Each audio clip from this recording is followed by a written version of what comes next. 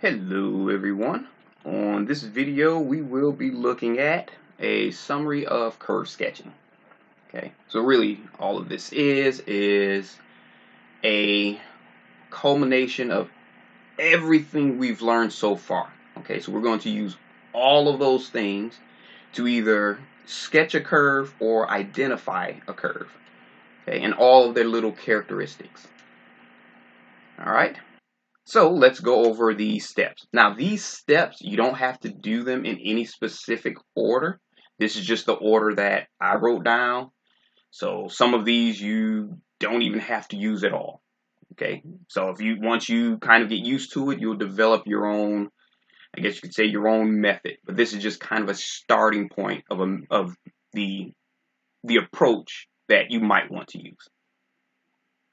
All right, so your first step is you're going to determine the domain of the function. Now, possibly the range will be needed, but that's only if you have like a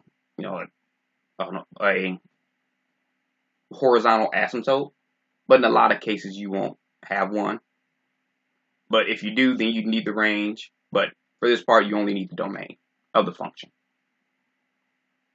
Okay. Now, your second step is you want to find the intercepts, asymptote, and any symmetry, if they exist. Like I said, in some cases you won't have any intercepts, in some cases you won't have any asymptotes, in some cases you won't have any symmetry. It won't be odd or even.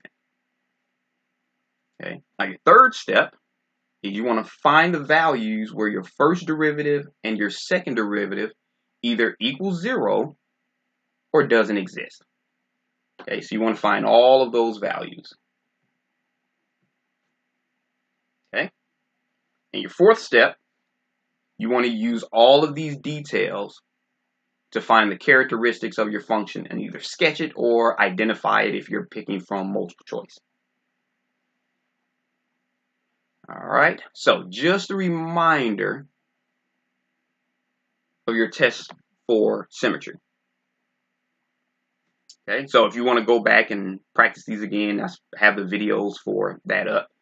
But if you have a graph of an equation that's symmetric to the y-axis, then once you replace the x with negative x, it's going to give you that same equation. So in other words, f of negative x is equal to your original function f of x. Okay. Now second, if the graph is symmetric with respect to the x-axis, then when you replace the y with negative y, you'll get your function. And remember, y is just f of x. So if you replace f of x with y, you get the same thing. Okay, so you have negative f of x equals your original function f of x, or negative y will equal your original f of x. Okay, so just remember that y equals your f of x. All right, now third, you'll know your graph is symmetric with respect to the origin if you replace the x with negative x and the y with negative y to get your original equation. I mean your original function. All right, so if you are still writing down those steps, feel free to rewind or press pause. But we are going to go ahead and move on to our first example.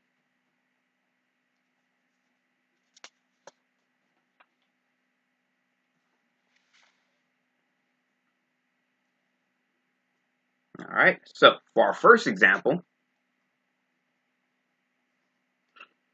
let's say we're going to analyze and sketch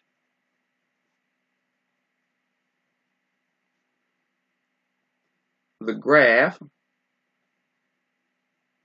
of f of x equals 2 times x squared minus 9 over x squared minus 4.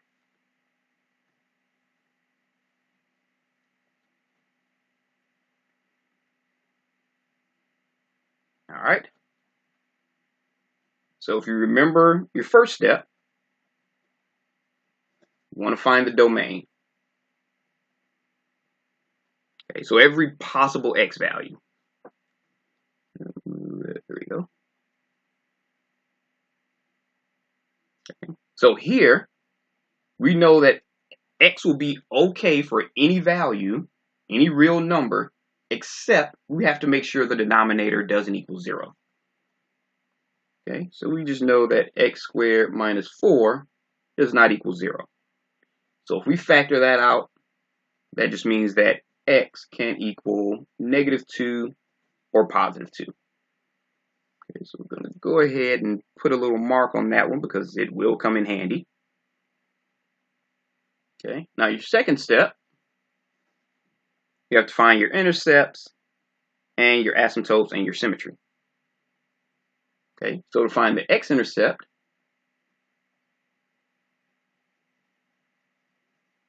remember you have to make your y equal 0. Or in this case, your f of x equals 0, because remember y is equal to f of x. Okay, so what does that tell us? That tells us that 2 times x squared minus 9 over x squared minus 4 will equal 0. Okay, we have to find that value. Okay, now to make this whole thing equal 0, we just have to make our numerator equal 0. Okay, so that means 2 times x squared minus 9 would have to equal 0.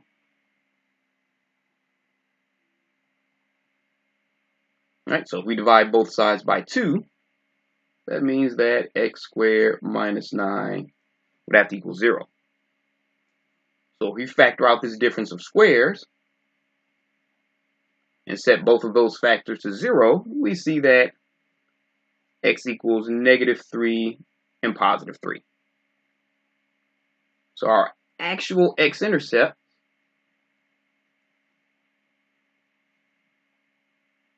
is -3, 0, and 3, 0. All right. So now we find our y-intercept.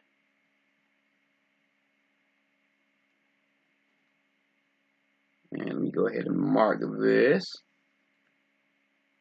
And to find our y-intercept, remember we make our x equals 0. So that means our f of 0 is equal to 2 times x squared, or 0 squared, because we're replacing all of our x's with 0. 0 squared minus 9 over 0 squared minus 4.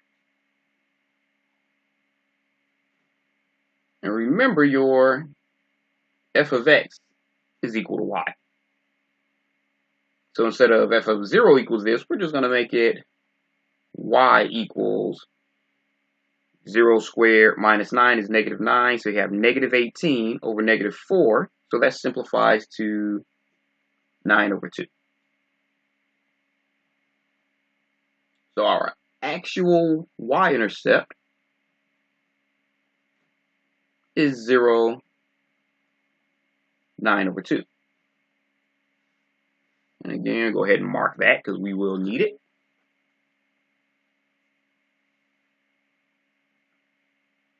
All right, so now we find our asymptote. Well, in this case, you only have a vertical asymptote, which,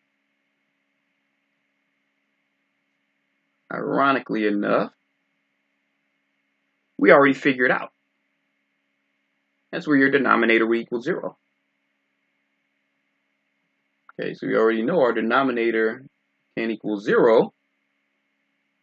So we know that x equals -2 and 2 are your vertical asymptotes. Okay, so that saved us a little bit of work.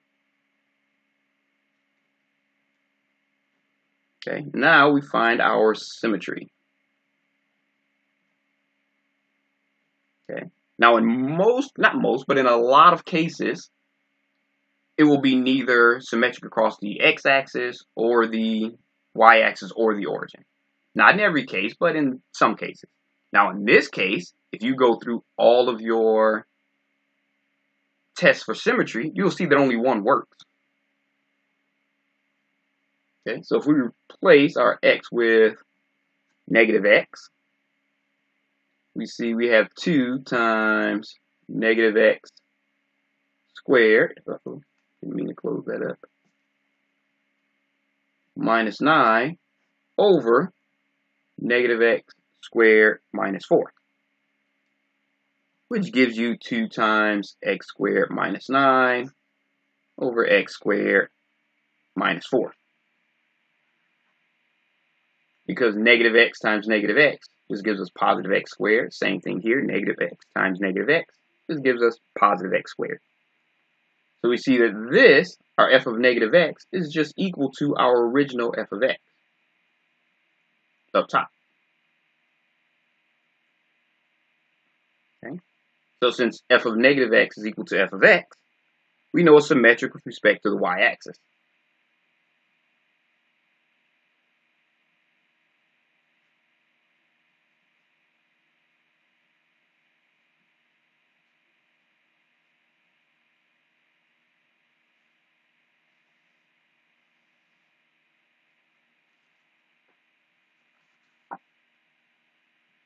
All right.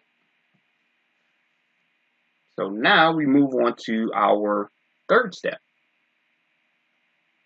Go ahead and slide that up.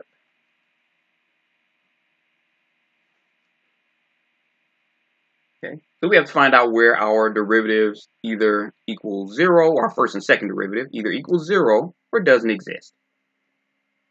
So first we find our first derivative, and we use the quotient rule.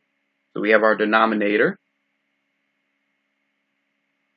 times the derivative of our numerator, which is 4x, minus our numerator, which is 2 times x squared minus 9, times the derivative of our denominator, which is 2x, all over our denominator squared.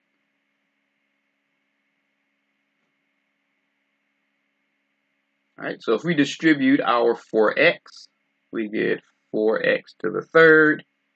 And here we have 2 times 2, minus 16x, sorry about that. Now here we have 2 times 2, which is 4x. So if we distribute that to the x squared, we have minus 4x to the third. And 4x times 9 will give us plus 36x. There we go. Ran out of a little bit of room there. All over x squared minus 4 squared. Okay, so you can see here, just coincidentally, those two cancel out. That won't always be the case, but in this case, those two canceled out. So if we combine the negative 16x and 36x,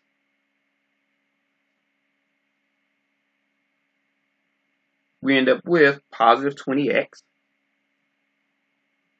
over x squared minus 4 squared.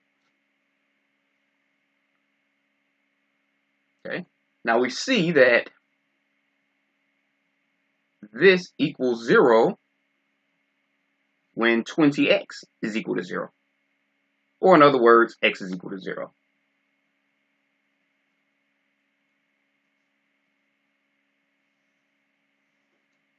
Okay, so what does this do? This tells us our critical point.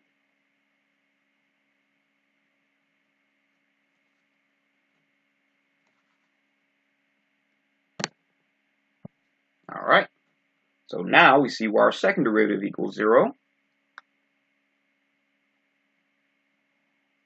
So we just find the derivative of our first derivative. And that gives us our second derivative. Okay, so we have our denominator times the derivative of our numerator minus our numerator times the derivative of our denominator. So using the chain rule, we bring down that 2. X squared minus 4, and we subtract 1 from there, which makes that 1, times the derivative of what's inside, which is just 2x. all over x squared minus 4 squared squared. Okay, so all over our denominator squared, which is why we squared that.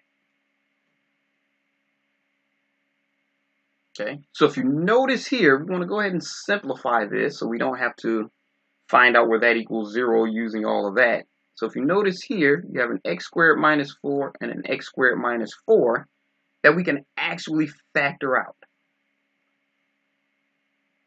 Okay, so if we factor out that x squared minus 4,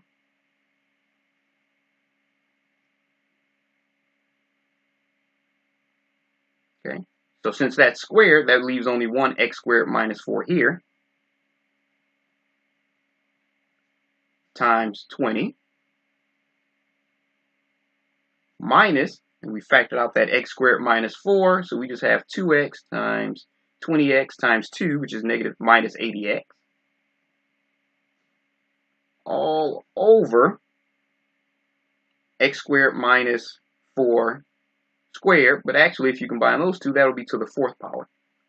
So you have x squared minus 4 to the 4th power. Okay, so what we're going to do is go ahead and cancel out one of those x squared minus 4s. So that leaves us with negative 60 x squared, because if we go ahead and distribute that, minus 80, because remember here you have 20x squared minus 80x minus 80. No, 80x squared, something like that. Okay, so if you combine those two, you end up with negative 60x squared minus 80 all over x squared minus 4 to the 3rd power. Okay, so just to simplify this one, you can actually use this if you wanted to, but I'm just going to go ahead and factor 20 out of both of those, or negative 20, just to simplify that numerator a bit. So our second derivative is equal to negative 20, 3x squared plus 4 all over x squared minus 4 to the 3rd power.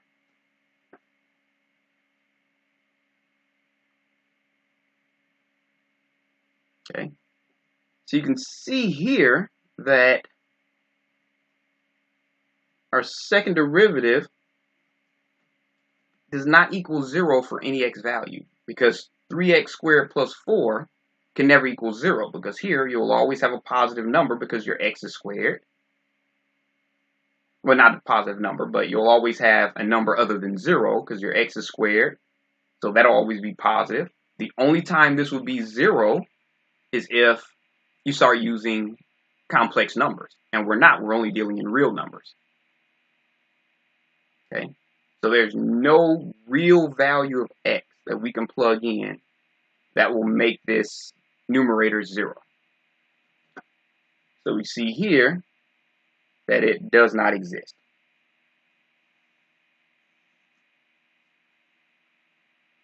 Okay, so what does that tell us? Well, when our first derivative is 0, we know that's critical point. But when our second derivative equals 0, that's our point of inflection. So when that number doesn't exist for real numbers, that just tells us that there's no point of inflection.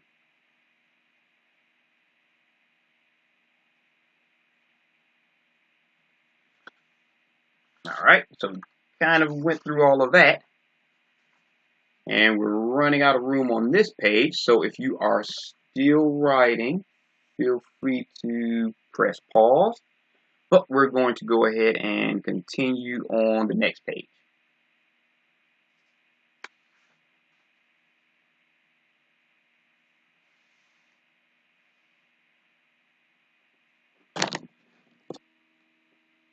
All right, so we're going to continue. So we're going to write down everything that was on the first page.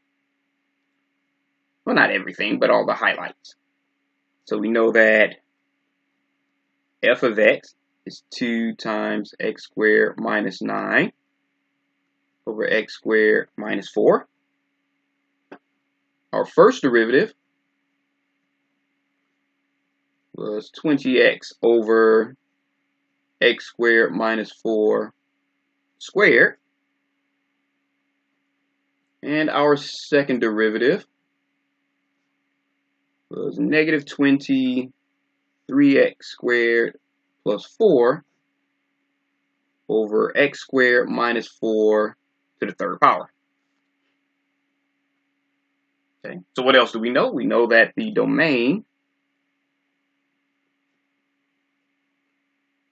was every x value except positive or negative 2.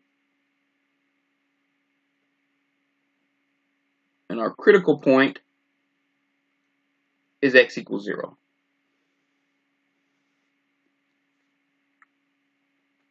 Okay. Oh, let me kind of clean up the word critical. It looks a little bit. There we go. That was a little bit messy. All right, so we take our domain and our critical points and we put them on number line. Okay. Now you don't have to do this step, but I do suggest it because it helps. Again, it helps you visualize when you put them on a number line. Okay, so this goes from negative infinity to infinity. Okay, so you have negative 2, 0, and positive 2. Okay, so this interval here is from negative infinity to negative 2. This interval is from negative 2 to 0. This interval is from 0 to positive 2. And this is from 2 to infinity. Okay, so what we're going to do is we're going to test each interval and point to get those characteristics in that interval and at that specific point. All right, so we're going to go ahead and make a little chart.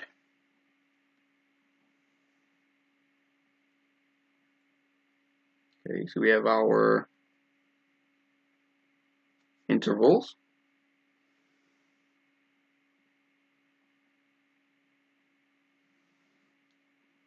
We have our f of x, our first derivative,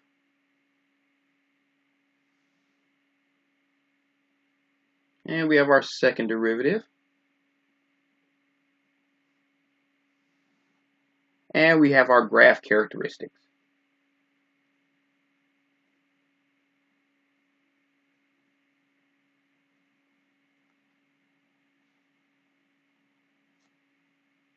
Okay, so we're going to start with our first interval from negative infinity to 2.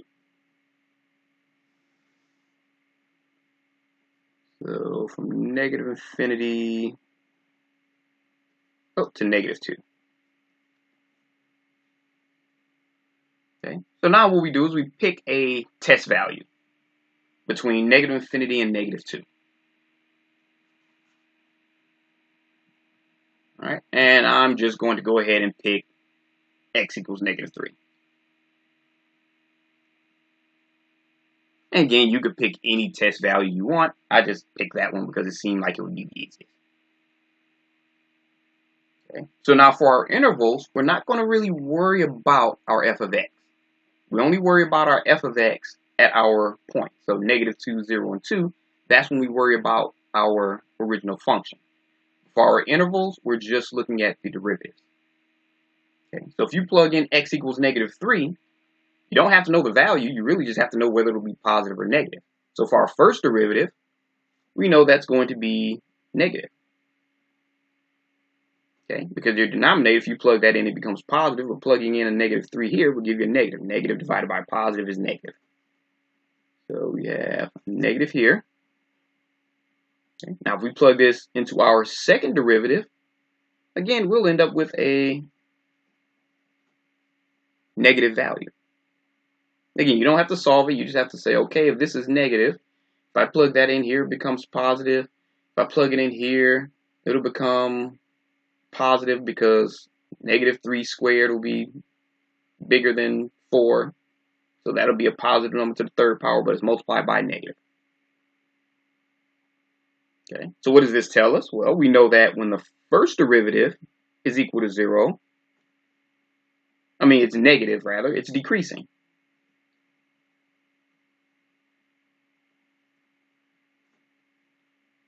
And we know when the second derivative is negative, it's concave down. Okay, so we know how the graph looks between -infinity and -2. Okay, so we're done with that interval, so now we go to -2.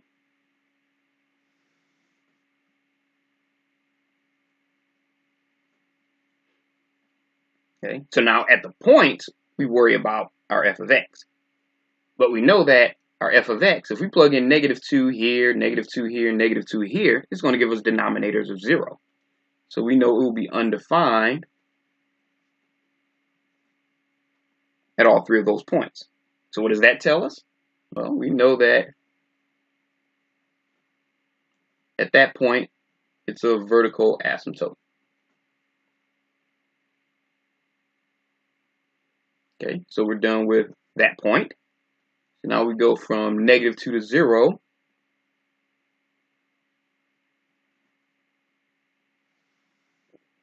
And again, we pick a value. We can pick x equals -1. And again, if you wanted to, you could pick x equals -1/2, x equals -1.5, x equals any value you like. I just picked that, of course, because it seems to me it would be the easiest. All right, so again, for the intervals, you just worry about the derivatives. So if you plug in x equals -1 into your first derivative, you'll actually end up with a negative value. Now, if you plug x equals -1 into your second derivative, you'd end up with a positive value.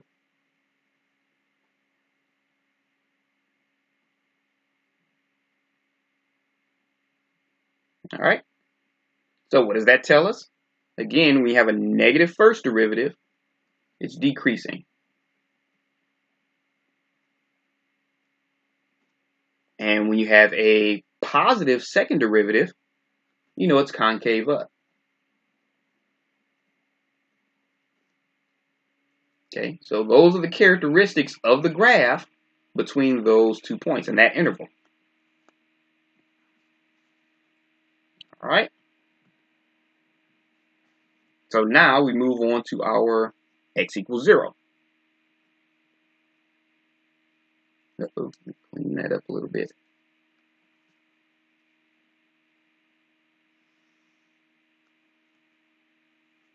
Okay. So when x equals 0, we already know our y-intercept. It's 9/2. Okay. Now, if you plug in x equals 0, your first derivative will actually be 0. If you plug in x equals 0 for your second derivative, we know it's going to be positive.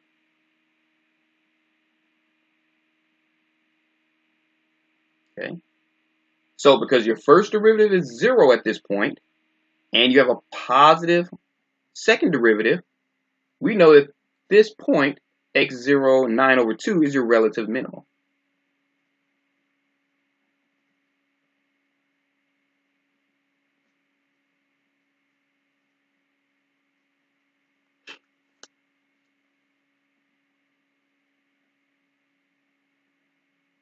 All right, now we're done at x equals 0. We go from 0 to 2.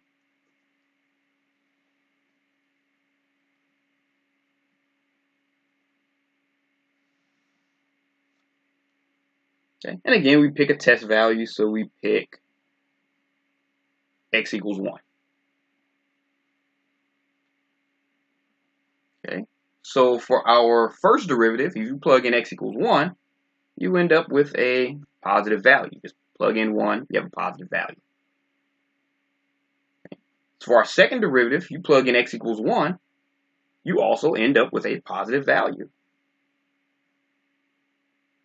Okay. So what does this tell us? That in this interval, when our first derivative is positive, it's increasing.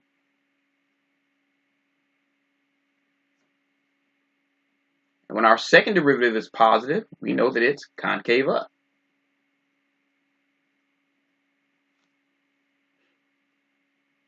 All right, so we go at our next point, our x equals 2. And just like with the negative 2, it's undefined for our original function, our first and our second derivative. So we know it's a vertical asymptote.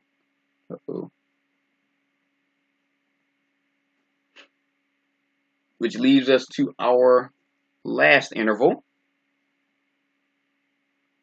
between 2 and infinity. All right, so we pick a test value, and I'll pick x equals 3. All right, so again, for the intervals, we just worried about the derivatives. So if you plug x equals 3 into your first derivative, you'll actually end up with a positive number. But if you plug it into your second derivative, you'll end up with a negative number.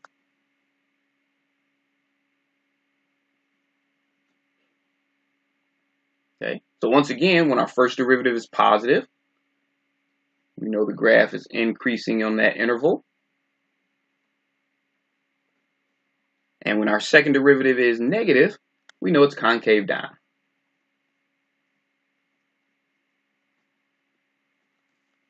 Okay, so we were able to figure out all the characteristics of our function, or the graph of our function.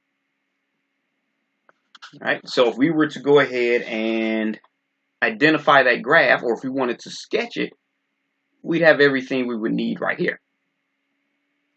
Okay, so we're going to go ahead. So if you're still writing, feel free to press pause, but we're going to go ahead and look at the graph of this function. Let's bring that down. There we go. And I just printed that up.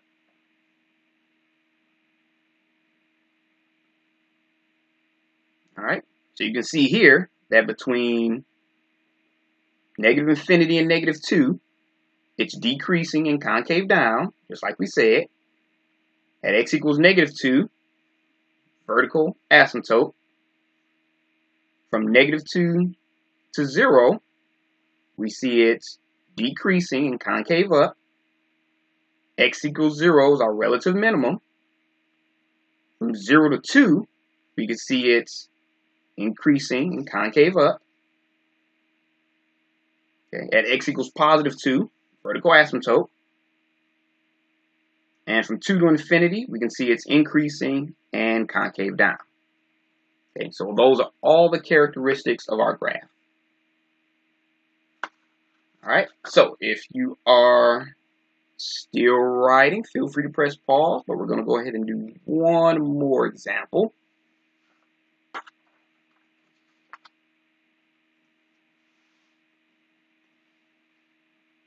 And this one is just in case you run into a problem like this. Okay, so just a reminder, probably don't remember this from either pre-calculus or college algebra, but just a little reminder. If the degree of the numerator is larger than the degree of the denominator,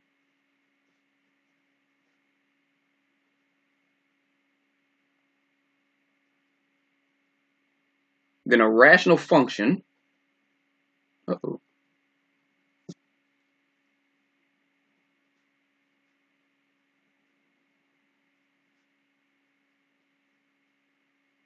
has a slant asymptote.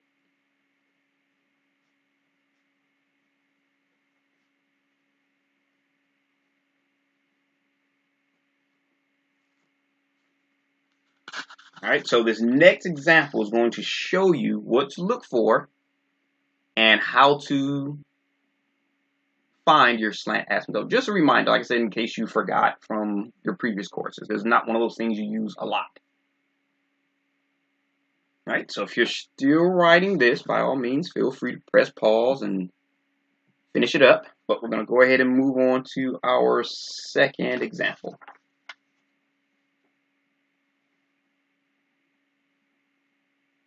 All right, so for example, I'm going to analyze and sketch, if you want to, the graph of f of x equals x squared minus 2x plus 4 all over x minus 2. Okay, now you notice up here, the domain of your numerator is 2. I'm not the domain, I'm sorry. The degree of your numerator is 2 and the degree of your denominator is 1. So the degree of your numerator is larger than the degree of your denominator. Okay, so you know you're going to have a slant asymptote. Okay, so you want to look out for that one. Okay, so just for comparison, if you remember the previous example, the degree of the numerator and denominator was both 2, so there was no slant asymptote. All right, so we go through the same steps. Okay, so we know the first, find your domain. Of course, your denominator can't equal 0, so we know that x can't equal 2.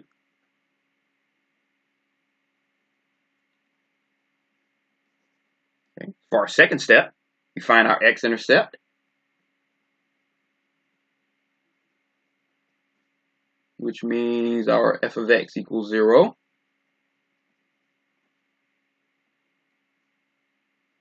Which means x squared minus 2x plus 4 equals 0.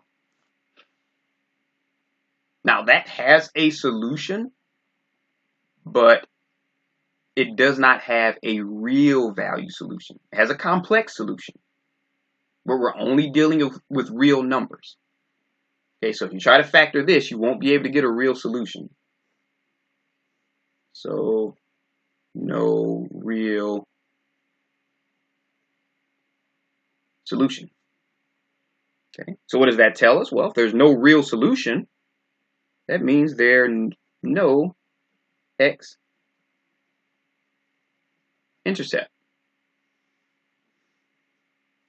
Okay, it would be the same thing if you had no real solution for your Y-intercept. Okay, so if there's no real solution, that means that intercept doesn't exist. So now we have to find our Y-intercept, which we know is just when x is equal to 0. So our f of 0 is equal to 0 squared minus 2 times 0 plus 4 all over 0 minus 2, which is negative 2. And remember, of course, our f of x is equal to y. So our y-intercept is 0, negative 2.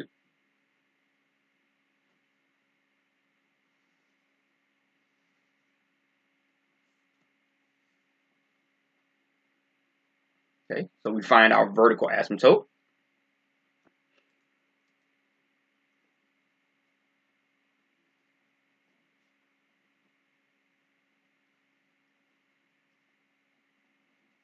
Okay, so of course we know that's x equals 2.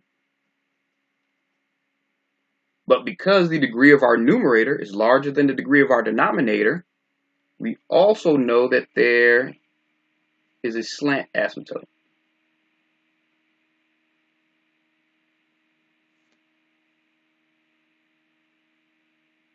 Okay, so how do we find our slant asymptote? Well, do we divide our numerator by our denominator? Okay, so we have x squared minus 2x plus 4 divided by x minus 2.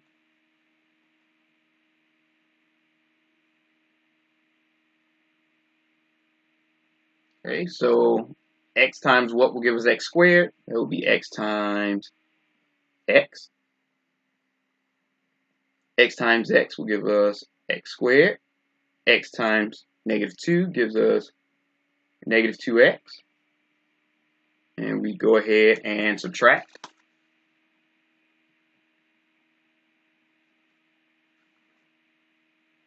Okay, so these two actually cancels out, so you end up with 0 here.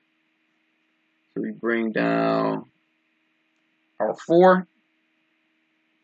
So we end up with y equals our answer, x, plus the remainder of 4 over x minus 2. But we do not worry about the remainder. We only worry about the actual value there, not the remainder. So y equals x is our slant asymptote.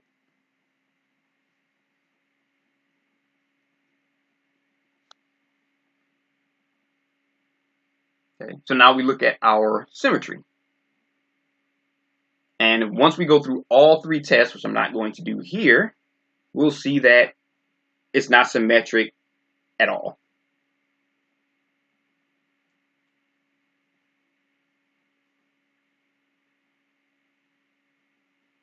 Okay, so not symmetric.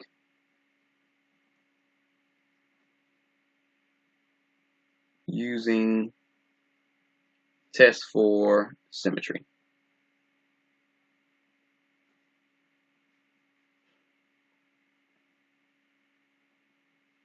All right, so now we go to our third step. We find our first and second derivatives and what makes those either equal 0 or not exist.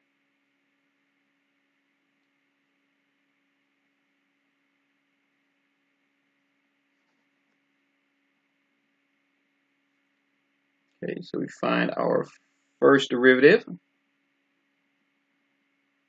Okay, so that's x times x minus 4 over x minus 2 squared. I just went ahead and did the work ahead of time.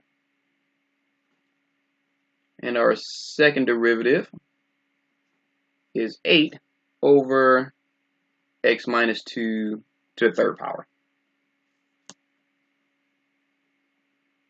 Okay, so we know our first derivative equals 0.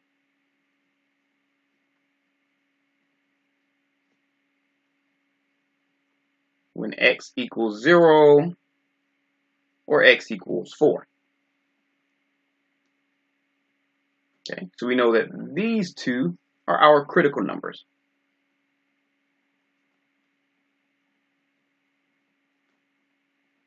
And our second derivative equals 0. Well, there's no x value we can plug in that will magically make our numerator equal 0. So we know that that does not exist. So there's no point of inflection.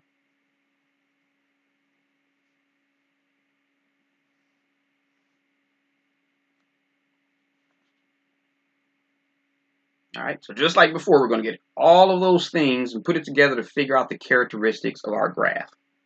So if you are still writing, feel free to press pause, but we're going to go ahead and continue this on the next page.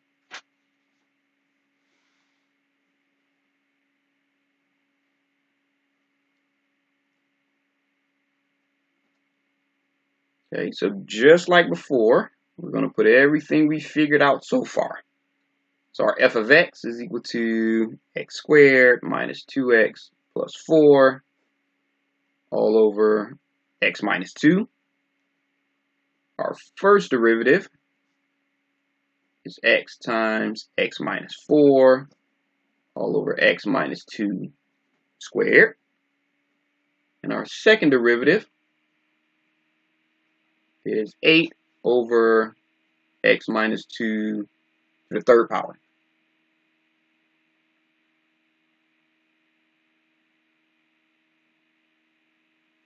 Okay, so we also know that our domain means that x can equal 2. And our critical numbers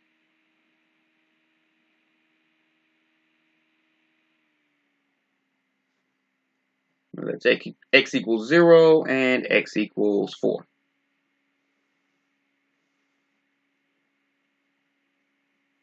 And your slant asymptote is y equals x. But this isn't really used in our characteristics, more in our final graphing, but still very important. Okay, so just like before, we're going to go ahead and make our little table.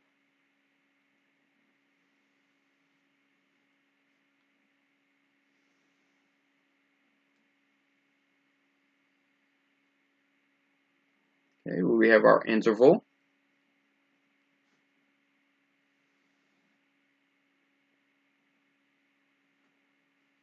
Oh, forgot our number line. We can go ahead and put that just above it. I'll just erase this. But always try to remember the number line just because it helps visualize. It's not necessary, but it comes in very handy. All right, there we go. I forgot something. There we go. So from negative infinity to infinity.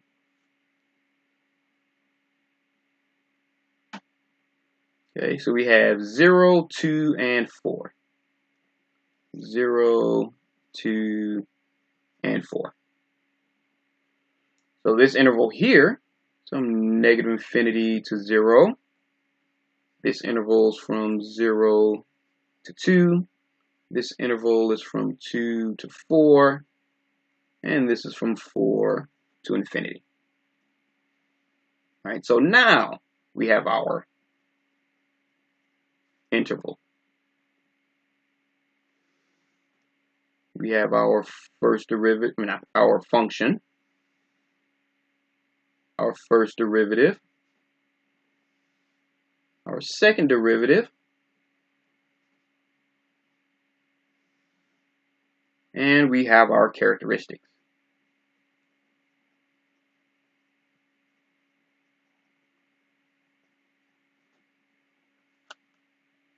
Okay, so we have everything we need to know. Okay, so for our first interval, we're going to go from negative infinity to 0.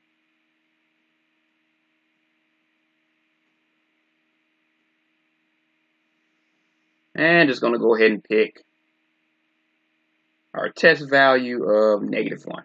Again, you can pick any value in there, doesn't matter. Okay, so if we plug in -1 into our first derivative, we'll end up with a positive number. We plug it into our second derivative, we'll end up with a negative number. Okay, so what does that tell us? Well, positive first derivative, we know that it's increasing.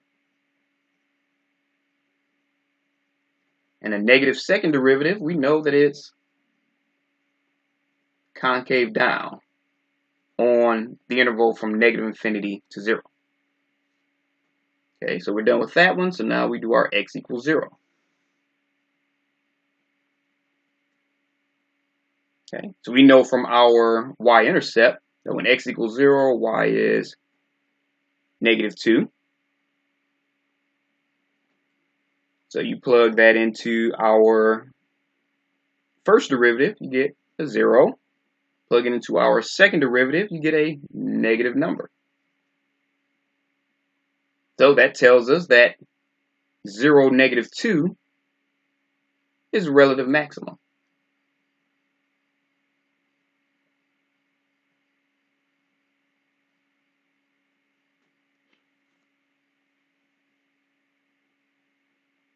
All right, so now we go ahead and do our next interval.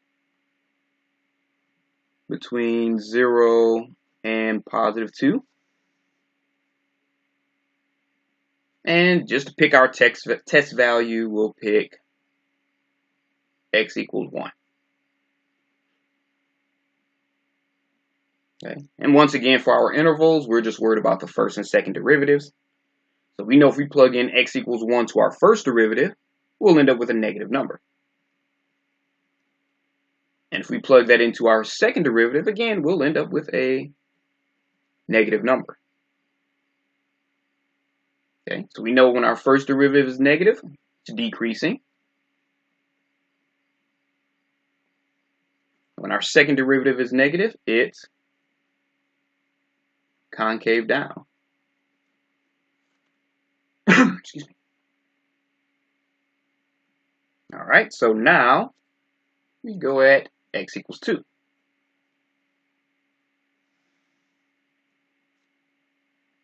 Okay, so we know if we plug in x equals 2, it's undefined for all three.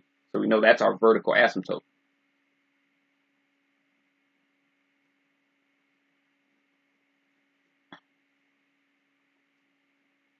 Okay, so now we go ahead to our next interval from 2 to 4.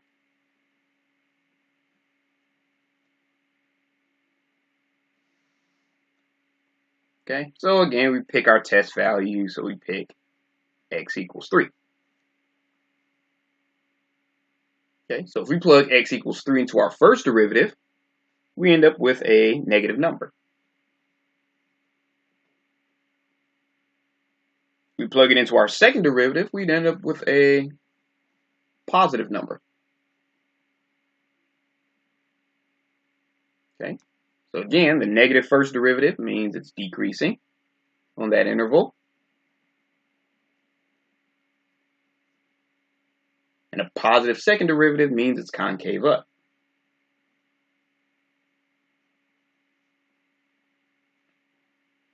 Okay, so now we do our x equals 4.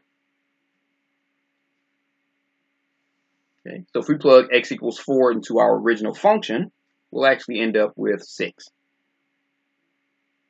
If we plug that into our first derivative, we end up with 0. And if we plug that into our second derivative, we end up with a positive number. So that lets us know that at the point 4, 6, that's our relative minimum.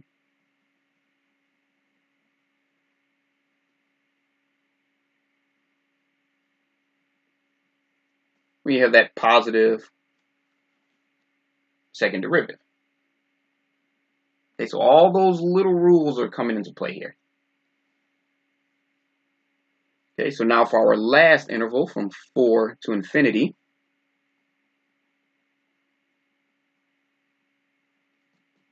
we pick our test value, and I'll just pick x equals 5.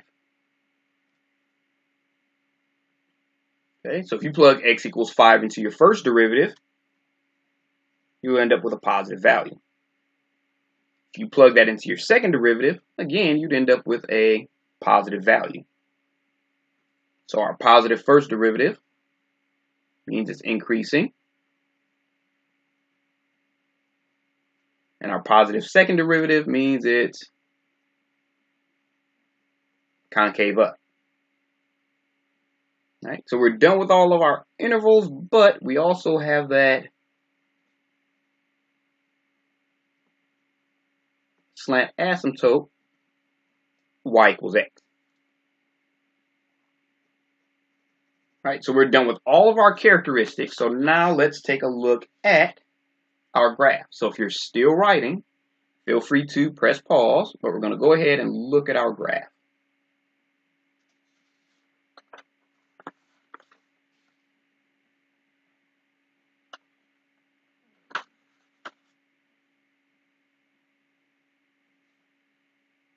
Okay, so you can see here from negative infinity to 0, it's increasing and concave down. At x equals 0, At the point 0, -2, that's our relative maximum at that point. From 0 to 2, we see it's decreasing. Oh, 0 to 2 is decreasing in concave down. From x equals 2, we see it's undefined. So you have a vertical asymptote. From the interval from 2 to 4, you can see it's decreasing concave up. Okay. X equals 4 is our relative minimum at the point 4, 6. And from 4 to infinity, we see it's increasing in concave up. Okay, so all of our characteristics of this graph was identified using the method before. And of course, our slant asymptote goes right through there. All right, so hopefully this made sense, and I'll see you on the next video.